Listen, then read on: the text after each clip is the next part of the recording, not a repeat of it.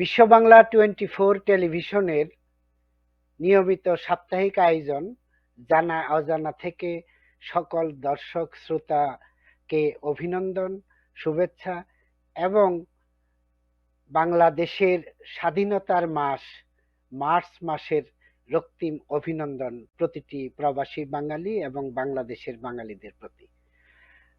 আজকে আমাদের অতিথি হিসেবে যোগদান করেছেন নিউ অরলিন্স ইউনিভার্সিটির সাবেক উপাচার্য এমিরিটাস অধ্যাপক ডক্টর মুস্তাফা সারোয়ার। ডক্টর মুস্তাফা সারোয়ার আন্তর্জাতিক খ্যাতিসম্পন্ন একজন ব্যক্তিত্ব, যিনি সমসাময়িক প্রসঙ্গে গভীর পর্যবেক্ষণ রাখেন, বিশ্লেষণ করেন এবং গবেষণাও করেন। আমি ডক্টর মুস্তাফা সারোয়ারকে স্বাগত জানাচ্ছি আজকের আমাদের এই জানা অজানা পর্বে। অনেক ধন্যবাদ। খুবই বিজ্ঞ আমাদের সংবাদ জগতের অন্যতম নক্ষত্র লাফিওয়ান স্যার, অনেক ধন্যবাদ। এখন আমরা শুরুতে মোটামুটি বিষয়ের উপরই আজকে আমাদের আলোচনাকে সীমাবদ্ধ রাখতে চাই। সেটি হচ্ছে ইউক্রেইনে রাশিয়ার সামরিক অভিযান। আজকে তো বেশ কয়েকদিন হয়ে গেল আলোচনা চলছে, চাপ দেওয়ার চেষ্টা করা হচ্ছে জাতিসংঘ থেকে এবং রাষ্ট্রের নেতৃত্বে নেটোভুক্ত দেশসমূহ নানা ধরনের অবরোধ আরোপ করেছে। এখন পর্যন্ত শেষ কি মনে হচ্ছে আপনার এই যুদ্ধের গতি প্রকৃতি আলোকে? গতি প্রকৃতি তো বোঝা যাচ্ছে যে মানে দুটো, একটা হলো ডেভিড আর গোলায়েত। গোলায়েত হলো তো বিশাল, তার সৈন্যবাহিনী প্রায় 6 to 7 টাইমস, এবং তার যে আর্মামেন্টস দারুণ সফিস্টিকেটেড, অনেক বেশি ধ্বংসযজ্ঞ করতে পারে। সেই সব অস্ত্র নিয়ে রাশিয়া ইউক্রেনের উপরে ঝাঁপিয়ে পড়েছে। যুদ্ধ চলছে, এক সপ্তাহের বেশি চলে গেছে, এবং আমরা দেখলাম যে এখানে এ পর্যন্ত যে আসল যে রাজধানী শহর কিয়েভ, বাংলায় কিয়েভ বলে, কিয়েভ কিন্তু এখন পর্যন্ত তারা তাদের যে ইউক্রেনীয় বাহিনী এবং তার সরকারের অধীনেই রয়েছে। এটা রাশিয়া এখন এটাকে দখল করতে পারেনি, যদিও তারা দারুণ চেষ্টা করেছে। এবং আমাদের চোখের সামনে আমরা দেখলাম যে প্রায় 40 মাইল দীর্ঘ এক বিশাল কনভয় যেটা আছে from Ukraine border to almost like in the suburb of Kyiv, মানে অ্যাপ্রক্সিমেটলি অ্যাবাউট 18 থেকে 20 মাইল দূর পর্যন্ত ওরা কিন্তু চলে আসছে। সেই যে, এবং এটা নর্দার্ন সাবার্বেও ঢুকে গিয়েছে, that is a part of the northern suburb. এখানে ওরা প্রায় আজকে অনেক দিন ধরে, প্রায় 4-5 দিন ধরে দে আর জাস্ট ওয়েটিং দেয়ার। তারা অগ্রসর হতে পারছে না, মানে not they are waiting by themselves. The Ukrainian resistance is very fierce. আরো একটা আমরা জিনিস লক্ষ্য করছি যে রাশিয়ান যে লজিস্টিক্স ইজ ভেরি উইক। যেমন আমরা দেখলাম যে যে রাশিয়ার একটা নিকনেম রয়েছে পশ্চিমা বিশ্বে, রাশিয়াকে বলা হয় এ লার্জ হিউম্যাঙ্গাস গ্যাস স্টেশন, কারণ এটা তেল সমৃদ্ধ দেশ, তেল এবং গ্যাস, এবং এটা রপ্তানি করে যে অর্থ উপার্জন করে তা থেকেই কিন্তু রাশিয়ার ধন সম্পদ সবকিছু। অন্য সেক্টরে রাশিয়া কিন্তু অতটা অগ্রগতি করতে পারেনি, কিন্তু তার প্রচুর গ্যাস এবং অয়েল আছে। যে দেশের এত gas and oil, is it not ironical যে তাদের বিশাল বাহিনী ওখানে বসে আছে এবং তার মধ্যে অনেক tank is running out of gas? এটার একটা ইন্টারপ্রিটেশন হলো যে they are not good at logistics. আরো একটা ঘটনা হলো, মনে হচ্ছে যে কিছু কিছু রাশিয়ান সৈন্যরা তাদের ট্যাঙ্ক কিংবা আর্মার্ড পার্সোনাল ক্যারিয়ারে যে গ্যাস লিক করে দিয়ে যে এটা আর চালানো যাবে না বলে তারা কেটে পড়েছে, এরকমও কিছু শোনা যাচ্ছে কাহিনী, এবং কিছু কিছু কনফার্মেশন আছে। আচ্ছা, এ গেল কিয়েভের ব্যাপার। কিন্তু রাশিয়ার বাহিনী দক্ষিণ থেকে যারা আক্রমণ করেছে, দক্ষিণে কিন্তু ডিফেন্সিভ যে ইটা ছিল, লাইন ছিল ইউক্রেনের, সেটা কিন্তু উত্তরের চেয়ে একটু দুর্বল। এবং এখানে আমরা যদি দেখি ম্যাপে, তাহলে আপনারা দেখবেন যে ইউক্রেনের দক্ষিণে দুটো দুটো সাগর, একটা হলো ব্ল্যাক সি, আর একটা হলো অ্যাজভ সি। ব্ল্যাক সির ওখানে আমরা যদি দেখি যে যে ওখানে একটা খুব মানে যে ক্রাইমিয়া তো দখল করে নিয়েছে রাশিয়া, এবং ক্রাইমিয়াতে রয়েছে Sevastopol, which is a very important port city. And not only that, it was the second largest hub for the Russian naval fleet. মানে particularly in warm water fleet হিসেবে আমরা এটাকে যথেষ্ট মর্যাদা দেওয়া হয়, যেটা একটা রাশিয়ান ফ্লিটের একটা বিরাট মানে আর কি একটা কেন্দ্রভূমি, যেখানে ওরা গিয়ে অ্যাঙ্কর করে, ওখানে রিফুয়েল করে, all kinds of things they do.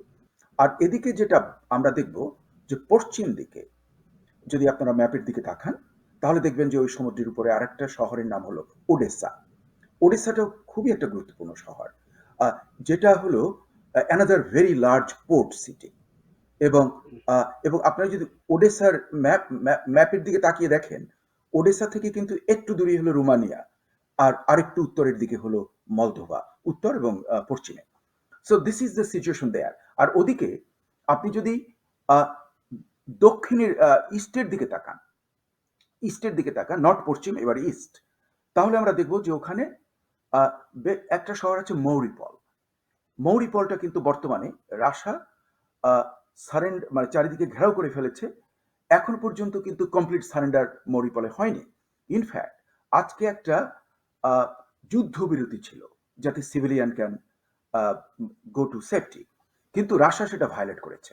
And they attack even a hospital in Mariupol. আচ্ছা, আর এদিকে আমরা দেখলাম যে ক্রাইমিয়া, যেখানে এটা দক্ষিণের, মনে হচ্ছে যেন একটা অলমোস্ট লাইক অ্যান আইল্যান্ড, কিন্তু এর উত্তরে ইউক্রেন মেইনল্যান্ডের সঙ্গে যোগাযোগ আছে। তা থেকে আপনারা যদি একটু উত্তরের দিকে তাকান, তাহলে দেখবেন যে একটা জায়গার নাম হলো খারসান। খারসানটা কিন্তু একটা দারুণ ইম্পর্টেন্ট শহর, ইটস এ হাব। কারণ এখানে যেমন রেল লাইন আছে, তেমনি আছে আপনার মানে রাস্তা। শুধু তাই নয়, এটা আবার একটা খুব ভালো নদী বন্দর। যে নদীটা সবচেয়ে বড় ইউক্রেনের ভেতরে, ওটার নাম নিপার রিভার। এই নিপার রিভারের পারে একদম, যখন নিপার রিভার চলে যাবে আপনার ইসে ব্ল্যাক সিতে, তার আগে কিন্তু এটা একটা খুব একটা গুরুত্বপূর্ণ শহর। এটাকে আমি কম্পেয়ার করব বাংলাদেশের কনটেক্সটে, মানে it could be like Barishal অথবা চাঁদপুর, কিন্তু দূরত্বটা একটু ডিফারেন্ট। এই যে শহরটা, এখানেও কিন্তু রাশিয়া অনেকদিন ধরে চেষ্টা করেছে, এবং এইটা রাশিয়ার হাতে পতন হয়েছে। এটা ইউক্রেনিয়ানরা এখান থেকে হটে গেছে। তো এটা হলো এই দিকের একটা যুদ্ধ পরিস্থিতি। কিন্তু আরো একটা ব্যাপার হচ্ছে যে আপনারা যদি দেখুন যে ওডেসাতে ওরা অ্যাম্ফিবিয়ান ল্যান্ডিং করছে, এবং ওডেসা থেকে আপনি যদি, এটা তো একদম পশ্চিমের দিকে ব্ল্যাক সির উপরে, সেখান থেকে আপনি যদি কোস্ট বরাবর চলে আসেন and you bypass the Crimea, then you are going to Azov Sea. এখানে কিন্তু এক প্রান্তে ওডেসা, আর এক প্রান্তে হলো মৌরিপল, দুটো গুরুত্বপূর্ণ শহর। এই এলাকা ধরে Russian advance is lot better than the north. নর্থের চেয়ে এই অঞ্চলটায় তারা খুব অগ্রগতি দেখিয়েছে। এবং আরো একটা ব্যাপার, এখানকার পপুলেশন কিন্তু মিক্সড। এখানে রাশিয়ান রুশ ভাষাভাষী লোক আছে, আবার ইউক্রেন ভাষাভাষী লোক আছে, আবার আপনি যদি মৌরিপলের দিকে তাকান, সেখানে কিন্তু গ্রিক ভাষাভাষী লোক আছে প্রচুর। হ্যাঁ, যারা গ্রিস থেকে সাম্প্রতিক না, অনেক আগে তারা ওখানে সেটেল হয়েছে, তারা ওখানে আছে। আরো একটা লক্ষ্য করুন যে মৌরিপল থেকে কিন্তু আমরা যেটাকে বলি ডনেটস বেসিন, একটু উত্তর দিকে যদি আপনি যান, উত্তর এবং পূর্বে, তাহলে কিন্তু ডনেটস বেসিন, ডনেটস রিভারের অববাহিকা। এখানে দুটো যে ওব্লাস্ট বলি আমরা ওদের ভাষাতে, ছোট দুটো জায়গা, একটাকে ডিক্লেয়ার করেছে যে পিপলস রিপাবলিক অফ ডনেটস, স্বাধীনতা ঘোষণা করেছিল 2014-এর আপনার ইট এপ্রিল আর ফেব্রুয়ারির দিকে, during that time, I forgot the exact day. আর তার একটু উত্তরে আরেকটা যে অবলাস্ট, ওটার নাম হলো লুহানেস্ক, ওটাকে ওরা ইন্ডিপেন্ডেন্স ঘোষণা করেছে, ওটার নাম হয়েছে পিপলস রিপাবলিক অফ লুহানেস্ক। আচ্ছা, এটার একটা লোক সংখ্যা, যেমন আপনি যদি দেখেন যে Donetsk, People's Republic of Donetsk, ওই ডনেক্স ওব্লাস্টের লোক সংখ্যা হলো মাত্র 2 মিলিয়ন। আর উত্তরের যেটা লুহানেস্ক, তার পপুলেশন হলো 1.5 মিলিয়ন। তার মধ্যে প্রায় 70 to 75% ডিবেটেবল, কোন পক্ষ কি বলছে, কিন্তু that is the kind of statistics যে ওখানকার পপুলেশন রুশ ভাষাভাষী। এবং কিন্তু ওখানকার এই যুদ্ধ শুরু হওয়ার আগ পর্যন্ত ওর মাত্র 1/3 was under the occupation of the rebel forces, যারা স্বাধীনতা ঘোষণা করেছে। 2/3 ছিল ইউক্রেনের সৈন্যবাহিনীর হাতে। আবার যদি দেখেন আপনি মৌরিপল, যেটা খুবই একটা গুরুত্বপূর্ণ, যে মৌরিপল থেকে কিন্তু you can go easily into this independent republics. কাজে রাশিয়ান স্ট্র্যাটেজি মনে হচ্ছে যে তারা একটা সমুদ্র বরাবর একটা স্ট্রিপের মতন নিয়ে নিচ্ছে, and they are forming a land bridge, so that now যদি মৌরিপল ফল করে যায় তাহলে it will be very easy for them to move further east. এবং তাতে হবে কি, রাশিয়ান যে মূল ভূখণ্ডের সঙ্গে এর একটা ল্যান্ড ব্রিজ হয়ে গেল। আর ওদিকে ক্রাইমিয়ার সঙ্গে একটা ছোট্ট স্ট্রেইট, কোথাও কোথাও ওটা কিন্তু একদম খুব ন্যারো হয়ে আসে, ওখানেও কিন্তু তার একটা ব্রিজ করে রাশিয়ার যে মেইনল্যান্ডের সঙ্গে যোগাযোগ করে ফেলছে। So strategically it will B pretty good for Russia. কিন্তু আজকে আমি যা দেখলাম যে মৌরিপল এবং খারসনের জনসাধারণের যে রিয়াকশন, বিশেষ করে আমরা দেখলাম যে খারসনে যেখানে কারফিউ ঘোষণা করা হয়েছে শুটের সাইট, সেখানে জনগণ নেমে গেছে। জনগণ নেমে তারা রাশিয়ান সৈন্যদেরকে খালি হাতে কনফ্রন্ট করছে, এবং তারা ইউক্রেনের যে ফ্ল্যাগ, যেটা আমি আজকে পড়েছি, আমি আমি ব্লু জ্যাকেট পরেছি এবং ইয়েলো শার্ট অ্যান্ড টাই পরেছি, to identify myself with the cause of the freedom loving people of Ukraine. যে ওখানে আপনি দেখবেন যে ব্লু এবং ইয়েলো ফ্ল্যাগ নিয়ে তারা রাস্তায় নেমে গেছে হাজার হাজার লোক। কাজে এই পরিস্থিতি বর্তমানে। আর উত্তরে আমি আরেকটা অ্যাড করব, যে সেটা হলো খুবই গুরুত্বপূর্ণ একটা শহর, যার নাম হলো খার্কিভ। খার্কিভ হলো second largest city of Ukraine. এবং খার্কিভে আরো একটা গুরুত্বপূর্ণ, যে this is a hub, this is a railway and road hub. এটা কমিউনিকেশনসের জন্য, মানে মানে রোড কমিউনিকেশনসের জন্য একটা একটা খুবই গুরুত্বপূর্ণ শহর। এই শহরটা কিন্তু এখন পর্যন্ত রাশিয়া দখল করে নিতে পারেনি। ইনফ্যাক্ট 24 তারিখ যখন যুদ্ধ শুরু হয়, সেদিন আমার একটা প্রোগ্রাম ছিল, I forgot, is it 71 TV অথবা টিভিএন 24। আমি বলেছিলাম যে আজকে তো রাতে যাব ঘুমাতে, কিন্তু আমার মন খুব খারাপ লাগছে, হয়তো ভোরে উঠে দেখবো Kharkiv fail to Russian imperial aggression. কিন্তু দেখুন এখন পর্যন্ত কিন্তু খার্কিভ নিতে পারেনি, এবং সেখানে ইট ইজ অ্যালেজড, এটার কোনো কনফার্মেশন আমরা পাইনি, ইট ইজ অ্যালেজড দ্যাট ওরা কার্পেট বম্বিং করছে। সেগুলো কিন্তু according to United Nations protocol, it is it is it is it is prohibited, এটাকে নিষিদ্ধ করা আছে, কিন্তু সেটাও তারা ওখানে শোনা যাচ্ছে তারা ব্যবহার করছে। এবং সিভিলিয়ান ইনস্টলেশনকে তারা আক্রমণ করছে, অ্যাপার্টমেন্ট, হাসপাতাল, স্কুল, উপাসনালয়, এগুলোকে ওরা আক্রমণ করছে। সো এই চলছে যুদ্ধের পরিস্থিতি। কিন্তু যেটা আমরা দেখলাম যে জেলেনস্কি, সে কিন্তু এখনো নেতৃত্ব দিয়ে যাচ্ছে, এবং আমি মনে করব যে রিইনকার্নেশন অফ চার্চিল, এবং তার চেয়েও বেশি আমি মনে করি, তার কারণ চার্চিল ছিল in the safety of British empire. হ্যাঁ, আর ইনি কিন্তু একদম তোপের মুখে, তাও কিন্তু his patriotism is unquestionable, and really এটা একটা বিশাল উদাহরণ হয়ে রইল পৃথিবীতে। সে তো সদম্ভে ঘোষণা করেছে যে আমার জান থাকতে আমি এইটা সারেন্ডার করব না, আমার সৈন্যবাহিনী, আমার জনগণ যার যা আছে তাই নিয়ে এখন মোকাবেলা করো। এবং তার ডাকে কিন্তু সাড়া দিয়েছে ইউক্রেনের অধিবাসীরা, সাধারণ, তারা কিন্তু যার যা আছে তাই নিয়ে মোকাবেলা করার চেষ্টা করছে। এটা অত্যন্ত মানে গৌরবের একটা বিশ্বত্ববোধ তাদের মধ্যে প্রবল। তে আমার মনে হয় এই যে যুদ্ধ বন্ধের জন্য আলোচনা এবং একটা চাপ জাতিসংঘে, আপনি জানেন যে নিরাপত্তা পরিষদের সিদ্ধান্তের পর সিদ্ধান্ত হয়নি, যেহেতু রাশিয়া ভেটো দিয়েছে, তার ভিটো পাওয়ার আছে। তারপরে এটা সাধারণ অধিবেশনে 193 রাষ্ট্রের মধ্যে ভোটাভুটি হয়, তার মধ্যে বাংলাদেশ, ভারত সহ 35টি রাষ্ট্র ভোটদানে বিরত ছিল এবং রাশিয়া সহ 5টি ভোট না ভোট দিয়েছে। সুতরাং এর পরিপ্রেক্ষিতে কি মনে হয়, এবং এই যে অবরোধ আরোপ করা হচ্ছে সে ব্যাপারে তো কোনো পাতই করছে না পুতিন। এমনকি সর্বশেষ যেটা আমরা জানলাম যে যুক্তরাজ্যকে পুতিন হুমকি দিয়েছে যে যুক্তরাজ্য যদি যুক্তরাষ্ট্রের একমত হয়ে রাশিয়ার বিরুদ্ধে বেশি বাড়াবাড়ি করে তাহলে যুক্তরাজ্যকেও চড়া মূল্য দিতে হবে। এই যে কথা, হুমকি পুতিনের মধ্যে এখনো আসছে পুতিনের মুখ থেকে, এটাকে আপনি কিভাবে দেখেন? আসলে আমরা বিশ্ব মানবতা কোথায় যাচ্ছে, বিশ্ব পরিস্থিতি কোন দিকে যাচ্ছে? এটা কি আসলে কোনো তৃতীয় বিশ্বযুদ্ধের দিকেই ধাবিত হচ্ছে? আপনার কি মনে হয়?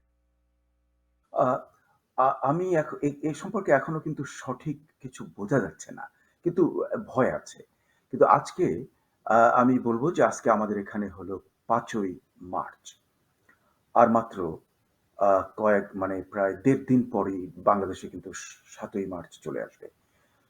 আপনাদের খেয়াল আছে কিনা যে, এবং যারা আমাদের জেনারেশন কিংবা পরবর্তী জেনারেশন যারা শুনেছেন কিংবা বঙ্গবন্ধুর বক্তৃতা শুনেছেন, তারা জানেন যে 7ই মার্চ আমি ছিলাম ইন দি রেস কোর্স। আমি শুনেছি, আমি মোটামুটি কাছাকাছি ছিলাম স্টেজ থেকে। খুব ভরে গিয়েছিলাম, কিন্তু স্টেজের খুব কাছে যেতে পারিনি, কাজে একটু দূরে ছিলাম।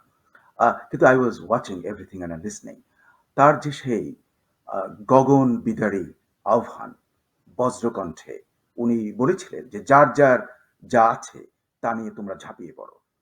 আহ, আজকে মনে হচ্ছে যে ওই যে ইউক্রেনের জেলেনস্কি, মনে হচ্ছে যেন তার কণ্ঠে বঙ্গবন্ধুর যে তার যে কণ্ঠের আমি প্রতিধ্বনি শুনতে পেরেছি, যখন সে বলেছে কিছুক্ষণ আগে, লাবলু আপনি বললেন যে যার যা আছে তাই নিয়ে তোমরা রেসিস্ট করো একে, এই দানবকে, রাসান দানবকে।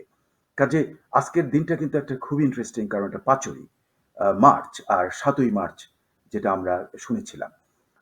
এবং লক্ষ্য করে দেখুন যে আমাদের দেশে, আমি এই শান্তির আগে আমি একটা অ্যাড করবো, যেহেতু আমি বঙ্গবন্ধুর কথা বললাম, যে লক্ষ্য করুন যে 7ই মার্চে আপনি যদি বাংলাদেশের দিকে তাকিয়ে দেখেন, সেই 1971 সালে আমরা কিন্তু, আমাদের কাছে কোনো অস্ত্র ছিল না, বাঙালিরা বন্দুক চিনত না। কিছু কিছু অল্প কিছু লোক, মাইক্রোস্কোপিক মাইনরিটি, তারা হয়তো স্বীকার করত। তার সংখ্যা খুবই কম। হ্যাঁ, বন্দুকের লাইসেন্স রেকর্ড দেখলে আপনি, আমরা হাসবো যে এটা কত নগণ্য, মানে in the number of guns বাংলাদেশে জানতো না লোক। কিন্তু দেখুন, অপারেশন সার্চলাইটে ধ্বংসযজ্ঞের পর এই শান্তিপ্রিয় বাংলাদেশিরা, যে the common public, I tell you, they got, they did not tolerate it. This is my country, this is my own land, এটা আমার দেশ, পাকিস্তানি সৈন্য, you get away from this place. এই ছিল সবার মনের ভেতরে, এবং তারা যুদ্ধে অংশগ্রহণ করেছে, সমর্থন করেছে।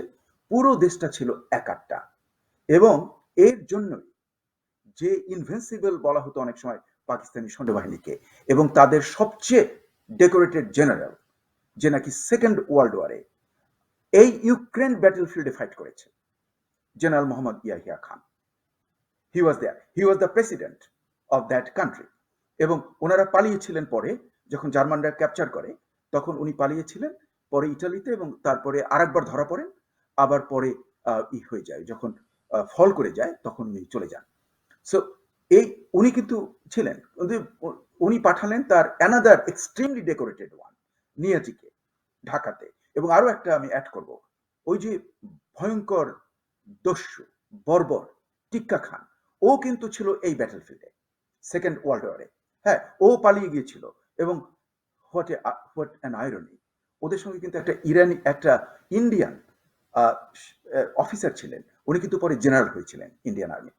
যাই হোক, এরা সবাই একত্রে পালিয়েছিল, এদেরকে পাঠালো বাংলাদেশে, কিন্তু কোনো লাভ হলো না। If public does not support you, if they have nationalism and patriotism, যত বড়ই পাওয়ার হও না কেন, কোনো লাভ নেই। আমরা সেটা দেখলাম ইরাকে, আমরা দেখলাম আফগানিস্তানে। আমেরিকা ওখানে গিয়েছিল অকারণে, বিশেষ করে ইরাকে। আফগানিস্তানে অকারণে তারা দীর্ঘস্থায়ী যুদ্ধে জড়িয়ে পড়ে এবং মানে আই উইল সে দ্যাট যে আফগানিস্তান থেকে যারা আমেরিকা আক্রমণ করেছিল তাদেরকে আহ, মানে সার্জিক্যাল অপারেশনের রাইট আমেরিকার আছে, দ্যাটস আমেরিকার ডিফেন্সিভ রাইট। কিন্তু ওখানে দীর্ঘস্থায়ী যুদ্ধে জড়িয়ে পড়ে পুরো দেশটাকে ছারখার করে দেওয়া, এটার কোনো লাভ হয়নি। আমরা দেখলাম ফাইনালি কি হয়েছে, অলমোস্ট নাকে খত দিয়ে চলে আসতে হয়েছে।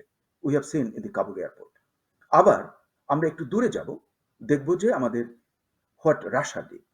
রাশা নাজিবুল্লাহর গভর্নমেন্টকে আফগানিস্তানে স্ট্যাবিলাইজ করার জন্য সে আফগান সীমান্ত ক্রস করে ঢুকে পড়ল, এসে আফগানিস্তানে 9 বছর তারা আফগানিস্তান দখল করে থাকলো এবং তাদের বিশাল ক্ষমতাবান সামরিক বাহিনী পুরো দেশটাকে ওরা করলো, র্যাভেজ করে দিল। What is the end result? They had to go in infamy. They had to, মানে with a extreme humiliation, they had to leave Afghanistan. And look at the consequence. Afghanistan ত্যাগ করার পর এই অপমানিত United USSR, Union of Soviet Socialist Republic, crumbled within even a year. That was non-existent. পুরো কান্ট্রিটাই হয়ে গেল, ধ্বংস হয়ে গেল। কেন আমি বলছি যে রাশিয়ান ফেডারেশনের 15টা ছিল রিপাবলিক, 14টা চলে গেল, তারা independent. Ukraine is one of them. আচ্ছা, তারপরে যে 7টা এখন যে নেটোর সদস্য, তারা ছিল ওয়ার্সার সদস্য, like Poland, like Hungary, Bulgaria, Romania. এগুলো ছিল কিন্তু সব ওর বন্ধু। হোয়ার আর দে নাও? এরা রাশিয়াকে ছেড়ে দিয়ে দে জয়েন্ট উইথ আমেরিকা। এটার অর্থটা কি? যে 70 বছর যার সঙ্গে ঘর করেছে, এই দেশগুলো রাশিয়াকে ছেড়ে দিয়ে পছন্দ না করে তারা পছন্দ করলো পশ্চিমা দেশগুলোর সিস্টেম, তার ইকোনমি, তার গণতন্ত্র। এটা আমাদের ভেবে দেখতে হবে যে জনগণের ইচ্ছাটা কি। হ্যাঁ, আচ্ছা, তাহলে এখন আমরা আসি যে এই পরিস্থিতিতে যে রাশিয়া এসে আক্রমণ চালালো, তাহলে এর কোনো শান্তির কোনো কিছু আছে কিনা? শান্তি ক্লিয়ার, কারণ it is the country of Ukraine. Ukrainian has the right to decide what they will do about their country, এবং তার যে territorial integrity, that must be maintain. যেমন আমি বলবো 5ই ডিসেম্বর 1994 একটা চুক্তি হয়েছিল, ওটার নাম হলো বুদাপেস্ট মেমোরেন্ডাম। এই মেমোরেন্ডামে 6টা কান্ট্রি সই করেছিল ইন বুদাপেস্ট, হাঙ্গেরির রাজধানীতে। এবং এটার অনুযায়ী Belarus, Ukraine and Kazakhstan, they are the signatories.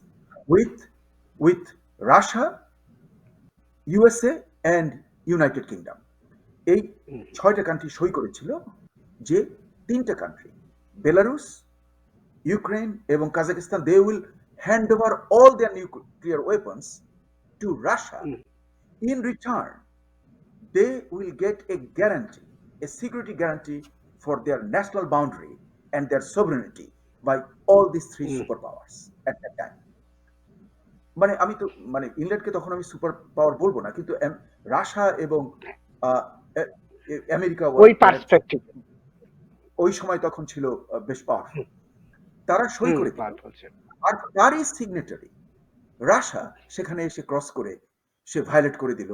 আর অন্য 2টো কান্ট্রি, এটা যে তাদের যে security guarantee, where is that? এটাই আমি সাধারণ জনগণের পক্ষ থেকে আমাদের প্রশ্ন, যে যুক্তরাষ্ট্র, যুক্তরাজ্য, তোমরা কি করছো?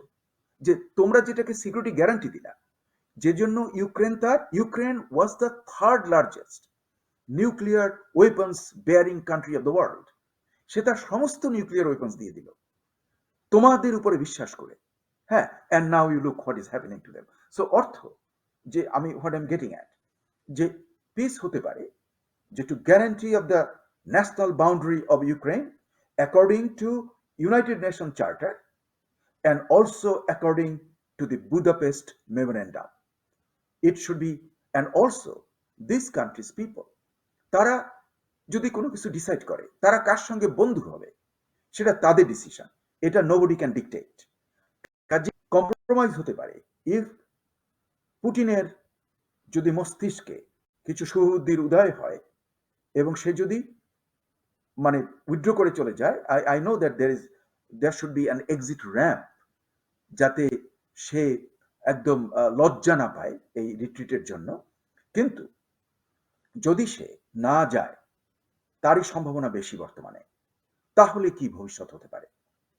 ভবিষ্যৎ হবে, আই টেল ইউ, ঠিক যেটা আমাদের হয়েছে বাংলাদেশে। ইউক্রেনের লোকদের আপনি লক্ষ্য করে দেখুন যে একটা লোক মানে হাতে কোনো অস্ত্র নেই, সাধারণ একজন শ্রমিক কিংবা কৃষক আমি জানি না, সেই লোকটা একটা রাশিয়ান ট্যাঙ্কে ঠেলে দিচ্ছে হাত দিয়ে। And you imagine a tank, tank হলো একটা দারুণ মানে মানে ধ্বংসাত্মক যন্ত্র, তার সামনে লোকটা তিনবার, I was watching in the TV, সে তিনবার ওটাকে ঠেলে দিল। মানে এই যে দুঃসাহস, হ্যাঁ, এই যে মানে মানে নজরুলের কবিতা মনে হয় যে অসংকোচ প্রকাশের দুরন্ত সাহস, উদ্ধত উলঙ্গতি, তার প্রকাশ ছিল ওই দুই হাত। হ্যাঁ, সে কিন্তু কথা কথা কি যে বলছে, কিছু বলছিল, কিন্তু সে হাত দিয়ে ঠেলছিল। এবং এই যে দেশের লোকের, আমি আরো দেখলাম যে অনেক মহিলারা যারা ইউক্রেন বর্ডার থেকে পোল্যান্ডে গেছে, পোল্যান্ডে গিয়ে তাদের বাচ্চা এবং বৃদ্ধ মা বাবাকে রেখে আসছে পোল্যান্ডে, ফেরত আসছে নিচে। Now guess what, according to the mandatory announcement proclamation of the Ukrainian government, 18 years to 60 years male are required to stay inside Ukraine, not the female. কিন্তু এই মহিলা মানে মানে মাতৃ, মানে এই যে মা নামের যে এই যে আমাদের মানে মহিলারা, তাদের যে এই মাদের যে মানে যে দেশপ্রেম, যে বাচ্চাকে সেফটিতে রেখে, মাকে সেফটিকে রেখে, বৃদ্ধ মাকে সেফটিতে রেখে ফিরে আসছেন। সাংবাদিকরা জিজ্ঞেস করলো যে আপনি কেন আসছেন? বলে দিস ইজ মাই কান্ট্রি, আমি কোথায় যাব? ওই পুটিন অ্যান্ড রাশিয়ান সৈন্য, you go back to your home, আমরা তো তোমার বাড়িতে যাইনি, হ্যাঁ, তোমরা আমার বাড়ি এসে আক্রমণ করেছো। এটা দেখে লাভবান স্যার, আমি একটু লাইটলি যাব, ফ্যাসিশিয়াসলি। আপনি দেখুন যে মনে হচ্ছে যে অনেকদিন ঘর করেছে ইউক্রেন এই এর সঙ্গে, রাশিয়ার সঙ্গে দীর্ঘকাল। রাশিয়া, হ্যাঁ, রাশিয়া বাংলায় আমরা ইংরেজিতে রাশা বলি, যাই হোক, রাশিয়া। রাশিয়ার সঙ্গে ঘর করেছে। ঘর করেছে, ঘর করে কি হলো, it ended up in a divorce. কিন্তু ওই ডিভোর্স যে পাওয়ারফুল লোকটা রাশা, মনে হচ্ছে যে এখনো সে প্রেমে গদগদ ওই ইউক্রেনের, যেটা আমরা পুতিনের ইউক্রেনের জন্য। বক্তৃতা। হ্যাঁ, কিন্তু মানে ইউক্রেন সে যাচ্ছে যেতে, আবার তোমার সঙ্গে ঘর করার জন্য তার কোনো ইচ্ছা নেই। কিন্তু ওই দুরন্ত গুন্ডা মানে আমাদের রাশা পুটিন, সে অ্যাসিড নিয়ে এই মহিলার মানে ইউক্রেনের মুখের উপরে মারার চেষ্টা করছে। আমাদের বাংলাদেশে মাঝে মাঝে আমরা দেখি গুন্ডারা কোনো এক মহিলার প্রেমে পড়েছে, সে কিছুতেই প্রেমে পড়বে না, কিন্তু তখন তারা অ্যাসিড মারে। পাত্তা না পেয়ে। acid হ্যাঁ, মারে। এরকমই মনে হচ্ছে যে একটা জঘন্য গুন্ডার মতো কাজ করছে রাশা ওখানে। এটা ইট ইজ ভেরি কন্ডেনেবল। তো এখন এই যে বুদাপেস্টে যে একটা সমঝোতা স্বাক্ষর হলো রাশিয়া, ব্রিটেন এবং যুক্তরাষ্ট্রের মধ্যে ইউক্রেনকে কেন্দ্র করে, তো এখন ইউক্রেন এই যে বিপদে পড়লো নিরস্ত্র হয়ে, এখন তাহলে যুক্তরাষ্ট্র ওই বুদাপেস্টের এগ্রিমেন্ট অনুযায়ী যুক্তরাষ্ট্র কেন ইউক্রেনে সৈন্যবাহিনী পাঠাতে অপারগতা প্রকাশ করছে, কিংবা যুদ্ধ জাহাজ গিয়ে রাশিয়ান এই আগ্রাসনের বিরুদ্ধে ইউক্রেনিয়ানদের সাথে প্রতিরোধ যুদ্ধে কেন অংশ নিচ্ছে না? এই ব্যাপারে আপনার কি মনে হয়? এটা আমার মনে হয় যেন যে বাইডেন গভর্নমেন্টের মেইন কনসার্ন হলো যে একটা দারুণ মানে মানে বিশাল সামরিক বাহিনী, যাদের পারমাণবিক পারমাণবিক অস্ত্র রয়েছে রাশিয়ার, সেই দেশটা আর সঙ্গে যদি একটা যুদ্ধে জড়িয়ে পড়া হয়, তাহলে কিন্তু, এবং যে দেশের রাষ্ট্রনায়ক, আহ, যে নাকি, আহ, আমরা যা দেখছি যে তার নিজস্ব সিকিউরিটি কাউন্সিলের সঙ্গে মিটিংয়ে একটা লম্বা টেবিল, আমার মনে হয় প্রায় 30 ফিটের মতন, তার একদিকে সে বসে আছে, আর আরেকটা কর্নারে, আরেকটা এন্ডে তার সবচেয়ে ঘনিষ্ঠ যারা, তার সামরিক বাহিনীর জেনারেলরা, তার সিকিউরিটি কাউন্সিলের বড় বড় নেতারা, এমনকি প্রাক্তন প্রেসিডেন্ট মেডভেডিভ ওখানে বসে আছে, আর উনি এত দূরে। What does that mean about this personality? এর হয়তো এই কেজিবির লোক, এবং আমরা তার মানে যুক্তরাষ্ট্র তার অতীতের কাহিনীও জানে। যেমন আমি এক্সাম্পল দেব, গ্রজনে। গ্রজনেকে সে, আমি I tell you, he came to power in 1989, lately 1990। সে 1991 থেকে 1993 পর্যন্ত কয়েকটা চেচনিয়ান ওয়ারে সে চেচনিয়ার রাজধানী গ্রজনেকে এমনিভাবে ধ্বংস করেছিল। সিভিলিয়ান, মানে হাজার হাজার চেচনিয়ান মুসলিম আহ, জনসাধারণ, তাদের প্রাণ দিতে হয়েছিল। মানে একদম পুরো শহরটাকে এরকম সে ধ্বংস করেছিল যে United Nations in 1994, United Nations declared that Grozny is the most ravaged, destroyed city in the earth. মানে বিশ্বের সবচেয়ে ধ্বংসপ্রাপ্ত শহর হলো গ্রজনি। তাহলে চিন্তা করে দেখুন যে যে লোকটা গ্রজনিকে এই কাণ্ড করতে পারে, হ্যাঁ, হি ডিড ইট। তারপর লক্ষ্য করুন what he is doing in Syria. সিরিয়াতে যুদ্ধে সে দস্তুর মতো যে যে সমস্ত বমগুলো, কেমিক্যাল বমস অ্যান্ড আদার, যেগুলো ব্যান করা আছে, নিষিদ্ধ, হি ইউজ দ্যাট। কাজে এই লোকটার কোনো মরাল কোনো প্যারামিটার নাই।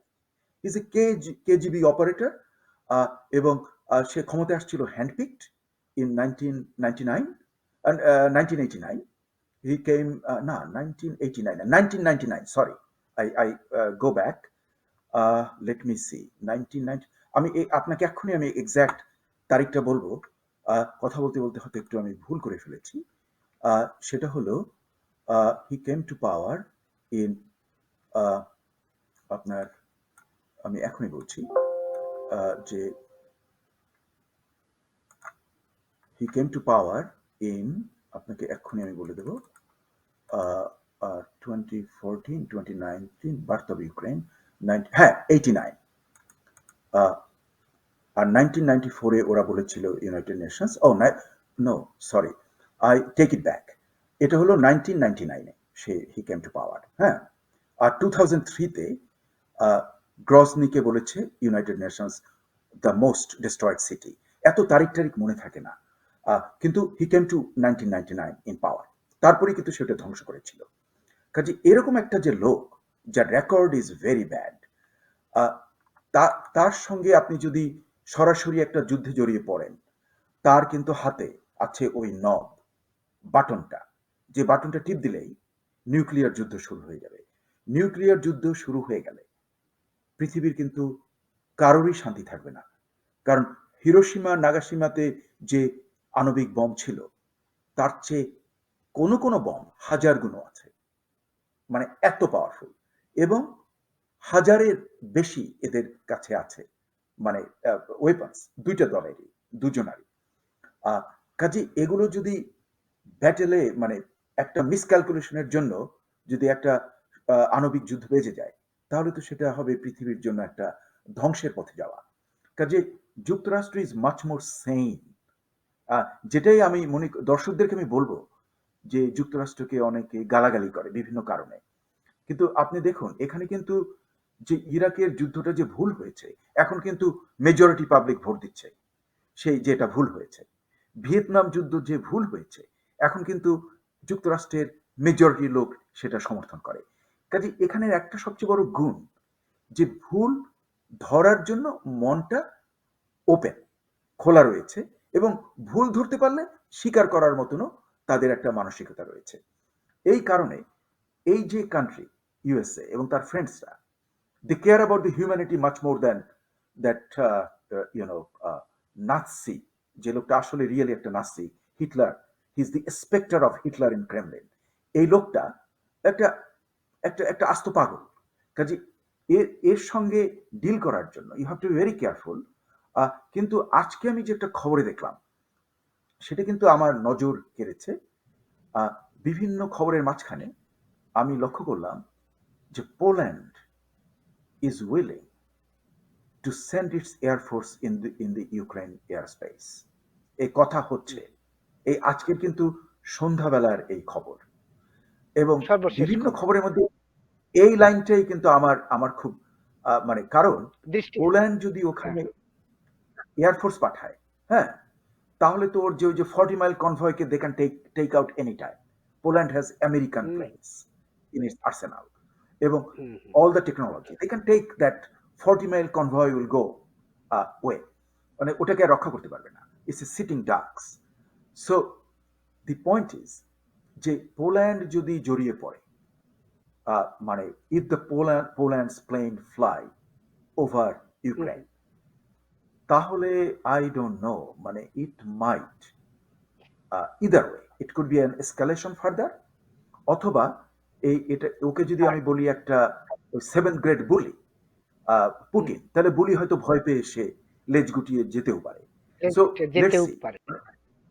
হ্যাঁ, সো আই না ডোন্ট নো তাহলে মানে আপনি বলছেন, আপনি আপনি বলছেন যে পুতিনের মতো একটা বাজে লোক, অসভ্য লোক, বর্বর লোক, পাগলের চেয়েও ভয়ঙ্কর একটা মানুষ, তার সাথে যুদ্ধে লিপ্ত হওয়া মানে আরো বেশি ক্ষয়ক্ষতির আশঙ্কা, তৃতীয় বিশ্বযুদ্ধে লেগে যাওয়ার আশঙ্কা। এর পরিপ্রেক্ষিতে এই যে জাতিসংঘে ভোটের সময় বাংলাদেশ সহ যে 35টি রাষ্ট্র ভোটদানে বিরত ছিল, এর এর পক্ষে অবশ্য বাংলাদেশের পররাষ্ট্রমন্ত্রী আজকেই বলেছেন যে বাংলাদেশ যুদ্ধ চায় না, শান্তির পক্ষে। আমরা ভোট দিয়ে আরেকটা যুদ্ধে লিপ্ত হবার জন্য কাউকে সাহস জুগাতে চাইনি। তাহলে কি আপনার মনে হয় বাংলাদেশের এই অবস্থানটাকে ইতিবাচক হিসেবে বিবেচনা যায়? আমি মনে করছি যে যে 35 কান্ট্রিজ আপনারা দেখুন যে আপনি আমাদের যে অরিজিন, আমি যেখান থেকে আসছি সাবকন্টিনেন্ট, সেখানে কিন্তু ইন্ডিয়া, পাকিস্তান, বাংলাদেশ অল অ্যাবস্টেইনড, তারাও কিন্তু ভোট দেয়নি। ভোট দেয়। তারপরে আমরা যদি দেখি যুক্তরাষ্ট্রের কাছের মেক্সিকো ভোট দেয়নি। মেক্সিকো ভোট দেয়নি। এবং হ্যাঁ, মানে এবং আরো মানে বেশ কয়েকটা সেন্ট্রাল কান্ট্রি আমেরিকার এমনকি কয়েকটা দেশও ভোট দেয় নাই। মানে আরো আশ্চর্য যে ওখানে কিন্তু আহ, যে এই রেজলিউশনের বিরুদ্ধে ভোট দিয়েছে মাত্র 5টা কান্ট্রি। হ্যাঁ, 5টা কান্ট্রির মধ্যে রাশিয়া, রাশিয়া একটা, আর হলো বেলারুস, এরা তো যুদ্ধে নিজেরাই অংশগ্রহণ করছে। আর বাকি 3টা কান্ট্রি হলো সিরিয়া।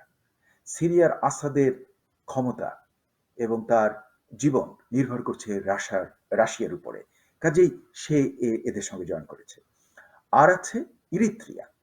চিন্তা করে দেখুন, ইরিত্রিয়া ইরিত্রিয়া কিন্তু একটা ডিক্টেটরি অটোক্রেটিক কান্ট্রি এবং সেও কিন্তু তার সৈন্যবাহিনী ইথিওপিয়াতে রয়েছে। He is interfering into another country. আচ্ছা, তাহলে আমরা দেখলাম আর হলো নর্থ কোরিয়া। ভেবে দেখুন, কিউবা, মানে আমি বিস্মিত হয়ে গেছি। কিউবা তো রাশিয়ার সঙ্গে জয়েন করে এই রেজলিউশনের বিরুদ্ধে ভোট দেওয়ার কথা ছিল, কিন্তু কিউবা তা করেনি। কিউবাও কিন্তু অ্যাবস্টেইনড। হ্যাঁ, আর ওদিকে ভেনেজুয়েলার মাদুরাই, সে কিন্তু আহ, সেও কিন্তু মানে আমি অবাক কাণ্ড। আমার মনে হয় তার কি ভোট দেওয়ার ক্ষমতা ছিল না, না না সেও দেয়নি, নিউট্রাল ছিল। এমনকি ডানিয়েল অর্টেগা পর্যন্ত দেয়নি। সো ইন আদার ওয়ার্ডস, যে মানে যারা নিউট্রালিটি মেনটেন করেছে তারা হয়তো ভাবছে যে এটার একটা শান্তিপূর্ণ মীমাংসা হোক। হ্যাঁ, দ্যাটস নট মানে মানে I am not saying that that's a bad thing. মানে যুদ্ধ তো একটা ভালো ব্যাপার না, কারণ একটা যদি আণবিক যুদ্ধ বেজে যায় তাহলে তো সবাই মরে যাবে। সেখানে আমাদের যে পররাষ্ট্রমন্ত্রীর যে সিদ্ধান্ত, আমি তাকে সাধুবাদ দিচ্ছি।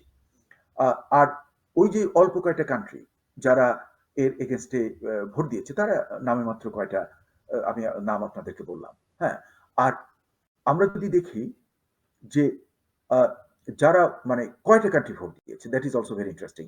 141, মানে আনথিঙ্কেবল, রাইট? মানে আর রাশার পক্ষে ভোট দিয়েছে মাত্র 4 জন, মানে আমি বলবো 3 জন আসলে, কারণ বেলারুস রাশিয়া তো একত্রে আক্রমণ করছে, বেলারুশের ভূখণ্ড ব্যবহার করছে রাশা। এবং একটা রিউমারও আছে যে তাদের সৈন্যরাও ঢুকে পড়েছে। সো অনলি 3 কান্ট্রিজ, এবং তারা Eritrea, Syria and north Korea. এরা কাজে এখান থেকে এই যে আপনি উদাহরণটা দিলেন, এটা একটু অপূর্ব, আপনি একটা এক্সাম্পল দিলেন। এ থেকে কিন্তু আমরা আরেকটা দেখতে পাই যে বিশ্ব জনমত কোন দিকে। মানে বিশ্ব জনমত কিন্তু কন্ডেম করেছে রাশিয়ার এই আক্রমণকে, এবং ওই রেজলিউশন একটা পার্ট হলো যে withdrawal of the Russian arm forces from the land of Ukraine. কাজেই আমার যেন মনে হয় যে এটা একটা, মানে আমার জন্য এটা একটা কঠিন ব্যাপার। হ্যাঁ, আমি যুদ্ধ পছন্দ করি না। হ্যাঁ, তারপর তো নিউক্লিয়ার যুদ্ধ হলে তো পৃথিবীর অবস্থায় খারাপ হয়ে যাবে। তবুও আমি মনে করি যে যারা 141 কান্ট্রিজ, যাদের কনসান্সে এটার পক্ষে ভোট দিয়েছে, আমি তাদেরকেও সাধুবাদ দেব। কারণ যে ভূখণ্ড, যে দেশের, আপনি চিন্তা করে দেখেন। আমার প্রশ্ন হলো বাংলাদেশ অথরিটির প্রতি যে do you like to keep your national boundary intact? What is your answer? Yes, I'm definite. You love Bangladesh. Kaje, you are not going to accept any violation of the Bangladesh national boundary. Second question, do you like the Bangladesh authority? Do you like to make your decision yourself? If you want to sign some trade agreement with China, and if somebody else next to you, very powerful, wants to oppose you, should you want to have your right to make your decision, or somebody else will dictate your decision? If your answer is yes, and it is yes, my question is rhetorical, that what the Bangabandhur Konna, যে বর্তমান government, they showed their independence by signing those trade agreement with China. Because you applied your opinion, what you like. You signed on behalf of the population of Bangladesh.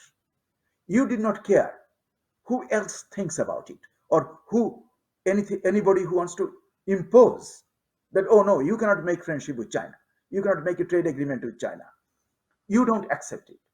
If you do that, এবং বাংলাদেশের যারা বুদ্ধিজীবী আমাদের ওখানে আছেন, তাদের কাছেও আমার প্রশ্ন রইল, if you like this, that Bangladesh has the right to keep its boundary intact, nobody can cross it, and you like to have your own decision for the betterment, আপনার নিজের মঙ্গলের জন্য আপনি যদি চান কোন চুক্তিতে সই করার জন্য, সেই অধিকার আপনার থাকবে। এটা যদি আপনি চান, তাহলে আপনি বর্তমানে যা করেছেন ভালো, কিন্তু যে যুদ্ধের পরিস্থিতি, আমি অনুরোধ করব যে আপনারা ultimately you join with the western alliance, with the other countries, with 141 countries, to show that you care about your own country. এটাই হবে আমার অনুরোধ। তারা বিপক্ষে ভোট দেয়নি, তারা বিরত আছে, এবং বাংলাদেশ বিরত তো আছে। সরাসরি বলেছে যে জাতিসংঘের সনদ অনুযায়ী আলাপ আলোচনার মাধ্যমে এই পরিস্থিতির শান্তিপূর্ণ অবসান চায় বাংলাদেশ। এবং ভারতের পক্ষ থেকেও একই বক্তব্য এসেছে, যারা এই রাশিয়ার বিরুদ্ধে ভোটদানে বিরত ছিল। সুতরাং আরেকটা বিষয় আপনাকে দেখতে হবে যে ইতিমধ্যেই আমরা সর্বশেষ যে অবস্থান, তাতে প্রায় দেখা যাচ্ছে 14 লাখ নারী শিশু ইউক্রেন থেকে বাধ্য হয়েছে, তারা আশপাশের দেশে চলে গেছে জীবন বাঁচানোর স্বার্থে।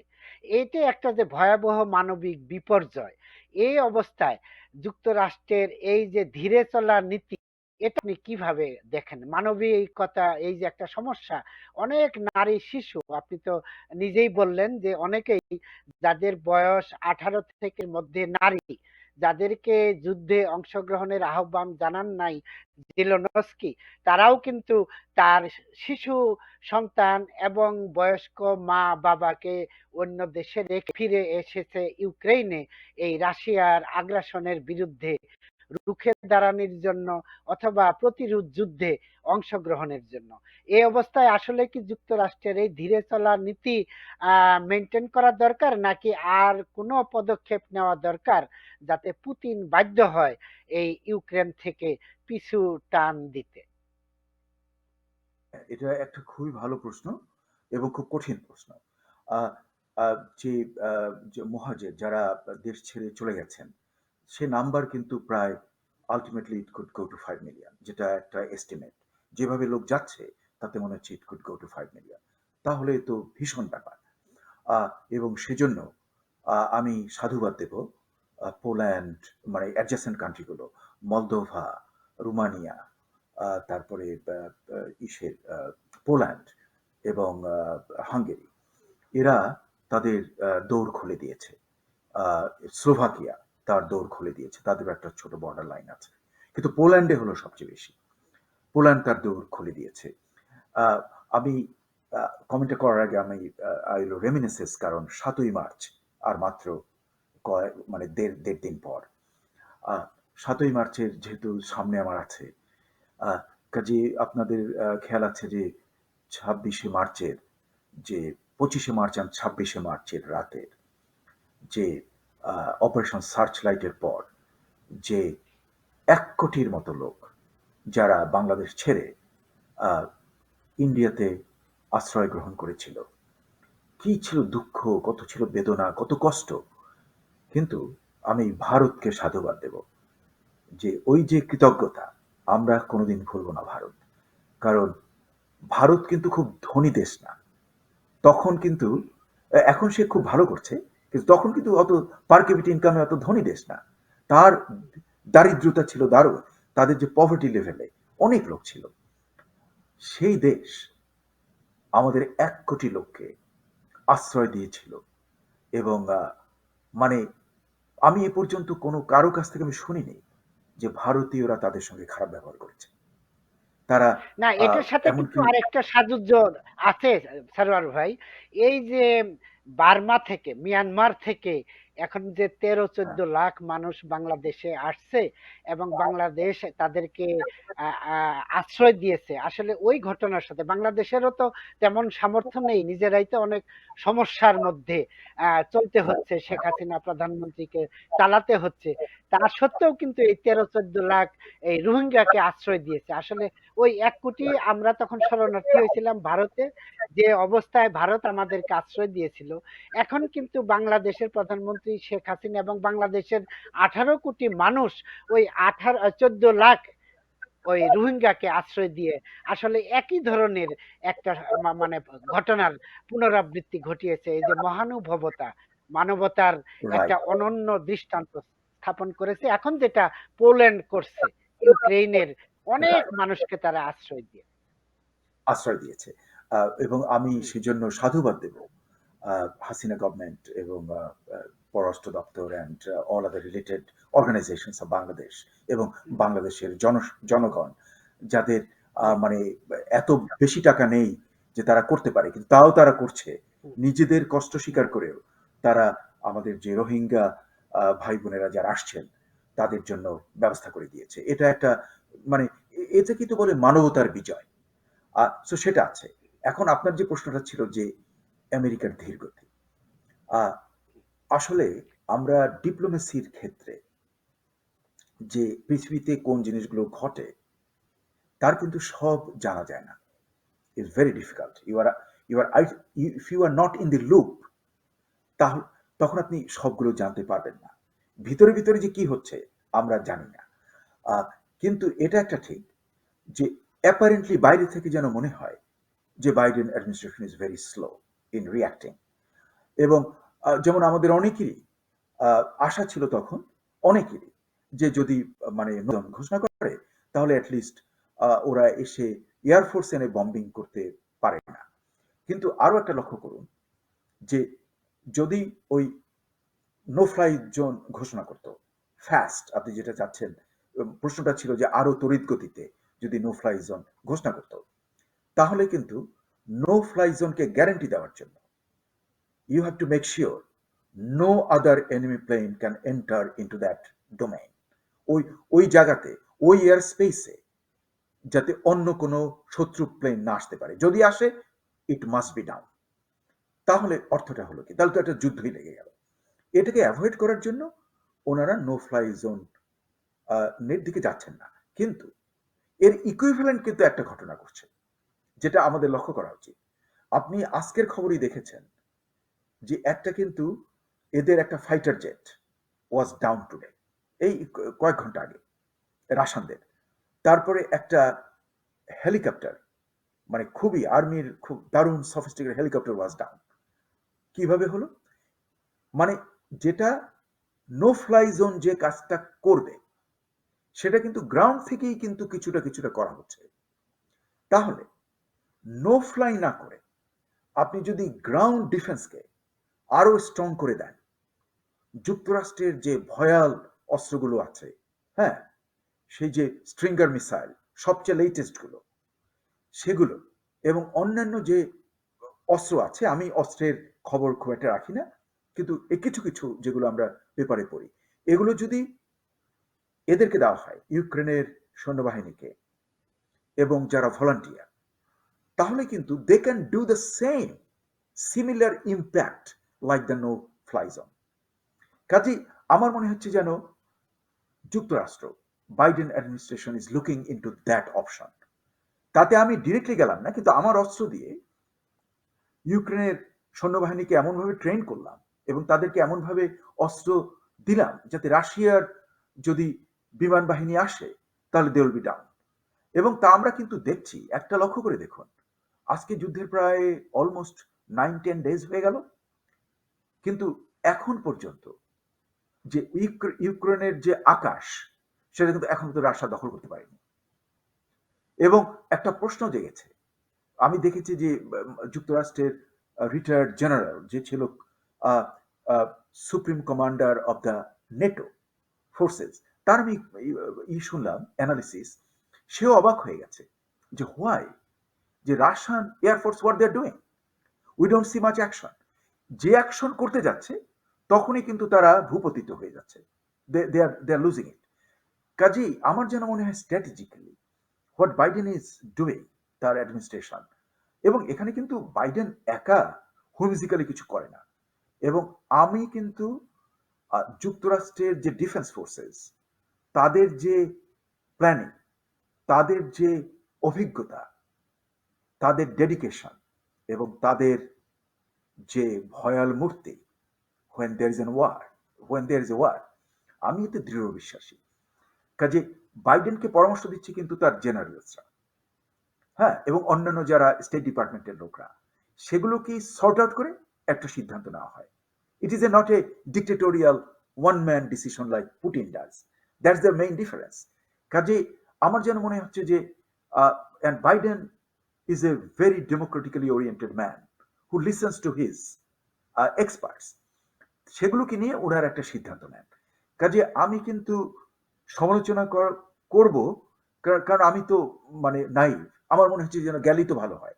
হ্যাঁ, আমি একটা কুইক সলিউশন চাচ্ছি, কিন্তু ইন দি সেকেন্ড থট, দ্বিতীয় চিন্তা যখন করব, তখন আমি কিন্তু ভাববো যে না, এই অভিজ্ঞ যে গ্রুপটা ডিসিশন নিচ্ছে, they know the field situation, they know the other logistics, they know the international relations, they know the ramifications, সব জিনিস চিন্তা করে তারা একটা সিদ্ধান্তে আসছে।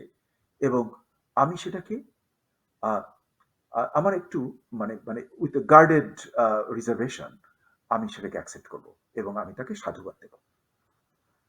ধন্যবাদ সারোয়ার ভাই। আসলে আমাদের সময়ও শেষ হয়ে গেছে। আমরা আশাবাদী এবং আমরা দেখেছি ইতিমধ্যেই মার্কিন কংগ্রেসের একটা প্রতিনিধি দল ওই এলাকায় গেছে এবং যুক্তরাষ্ট্রের পররাষ্ট্র মন্ত্রী ব্লিংকেনের সাথে তাদের একটা কথা হয়েছে আজকে, এবং ওইসব এলাকার বিভিন্ন দেশের লোকজনের সাথে বাইডেন প্রশাসনের কথাবার্তা গণমাধ্যমে আসছে।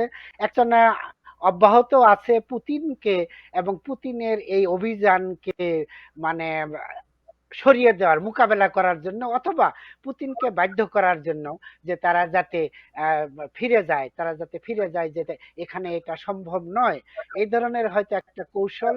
এবং ইতিমধ্যে আমরা এটাও জেনেছি যে আরো $10 বিলিয়ন ইউক্রেনকে সহযোগিতার জন্য কংগ্রেসের কাছে চেয়েছে প্রেসিডেন্ট বাইডেন। সুতরাং আমরা আশাবাদী যে কৌশলী হবে প্রেসিডেন্ট বাইডেনের নেতৃত্বে নেটো অন্তর্ভুক্ত দেশগুলো, এবং তারা সেভাবেই সামরিক পদক্ষেপ নিবে যাতে কোনো আহ, অনেক মানুষ যাতে মৃত্যুর শিকার না হয়, যেটা রুশ বাহিনী ইতিমধ্যেই শুরু করেছে।